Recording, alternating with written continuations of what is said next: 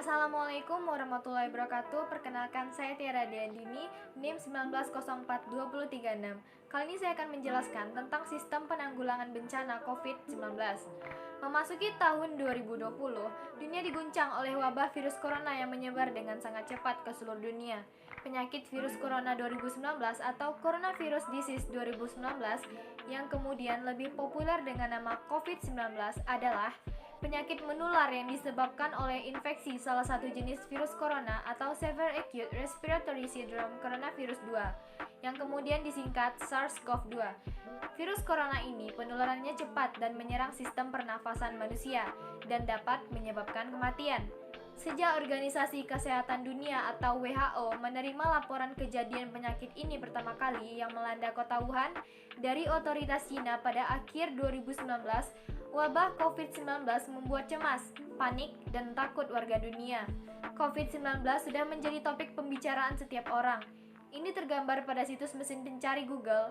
Dalam kurun 5 bulan, kata COVID-19 hingga Mei 2020 sudah dicari 5,4 miliar kali. Penyakit ini menyebar dengan cepat. Infeksi virus corona jenis ini menyebar dari satu orang ke orang lain melalui percikan cairan atau droplet pada saat penderita sedang berbicara, batuk, atau bersin. Apabila percikan cairan ini mengenai mulut, hidung, dan mata orang lain di dekatnya, maka orang sehat tersebut dapat tertular. Jarak penularan lewat percikan cairan ini sekitar 1 meter.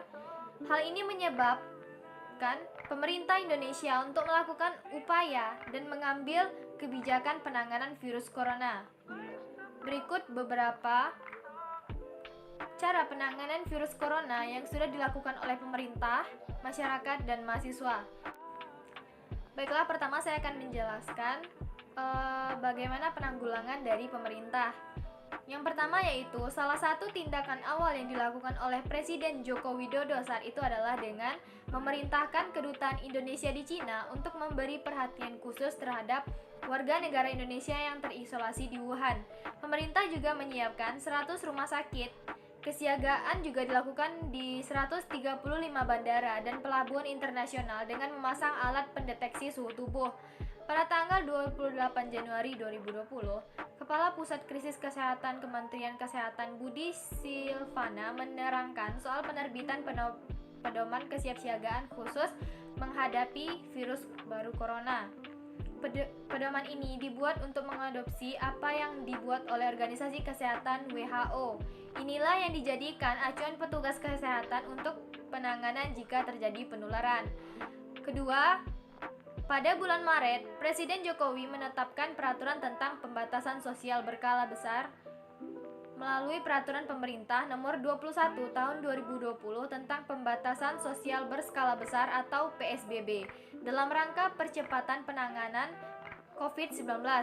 Selain itu, Presiden juga menerbitkan Keputusan Presiden Nomor 11 Tahun 2020 tentang penetapan kedaruratan kesehatan masyarakat COVID-19. Langkah ini diambil untuk memutus rantai penularan COVID-19 dengan perhatian utama pemerintah adalah kesehatan masyarakat. Ketiga yaitu larangan mudik. Pada bulan Mei, untuk mengantisipasi lonjakan pemudik yang membesar risiko penularan, Presiden Jokowi segera melakukan rapat terbatas tentang pelarangan mudik. Hasilnya, melalui saluran Sekretariat Presiden, imbauan untuk tidak melakukan mudik diserukan oleh Jokowi. Sementara untuk ASN, pemerintah tidak menghimbau namun memberlakukan larangan mudik. Yang keempat yaitu pembelajaran secara online. Di Indonesia, dunia pendidikan merupakan kelompok yang sangat cepat dan pertama untuk membuat keputusan memberlakukan pembelajaran secara online sebagai aplikasi dari bentuk social distancing. Tindakan dan sikap yang diambil ini perlu diberikan apresiasi. Apalagi masa depan negara berada di 3 generasi dalam perkembangan teknologi disebut pertama yaitu generasi milenial, kedua yaitu generasi Z, dan yang ketiga yaitu generasi Alpha. Kemajuan teknologi saat ini dengan sangat cepat masuk ke pedesaan meskipun masih dalam batas-batas tertentu. Misalnya media sosial seperti Facebook dengan Facebook Messenger-nya dan WhatsApp. Namun sepertinya awal Januari atau semester baru sekolah akan berjalan seperti biasanya, bukan online lagi, karena mengingat beberapa kendala biaya dan hubungan sosial siswa yang terganggu akibat sekolah online tersebut. Yang kelima yaitu new normal. Tidak bisa dipungkiri, dengan adanya pembatasan aktivitas masyarakat, maka pertumbuhan ekonomi Indonesia cenderung mendek. Awal Juni 2020, Bank Indonesia memproyeksikan bahwa pertumbuhan ekonomi Indonesia adalah 0% pada 2020. Bahkan, dalam skenario terburuk, pertumbuhan ekonomi Indonesia bisa minus 3,5%. Demi mencegah situasi ekonomi Indonesia semakin tidak kondusif, pemerintah mulai melihat kemungkinan untuk melakukan relaksasi pembatasan sosial. Dengan rapat terbatas pada tanggal 27 Mei 2020, Presiden Jokowi meminta agar dilakukan sosialisasi kepada masyarakat tentang protokol tanaman normal baru atau new normal. Demi memperkuat pedoman bagaimana masyarakat dalam situasi new normal, Kementerian Kesehatan menerbitkan Keputusan Menteri Kesehatan Nomor HK 0107 Menkes 382/2020 tentang protokol kesehatan bagi masyarakat di tempat dan fasilitas umum dalam rangka pencegahan dan pengendalian COVID-19. Segala hal terkait bagaimana semestinya masyarakat bertindak di tempat umum dalam situasi normal baru diatur dalam aturan ini. Nah, berikutnya saya akan menjelaskan bagaimana upaya masyarakat dalam menangani penanggulangan bencana terhadap COVID-19 ini.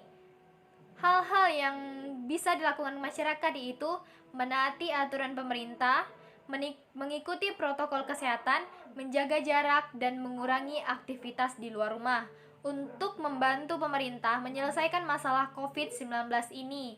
Masyarakat diharapkan tetap kondusif dan tidak panik agar tidak mempengaruhi sistem imun mereka, dan juga berolahraga serta makan makanan bergizi setiap harinya. Nah, berikutnya saya akan menjelaskan bagaimana peran kita sebagai mahasiswa terhadap penanganan COVID-19 ini.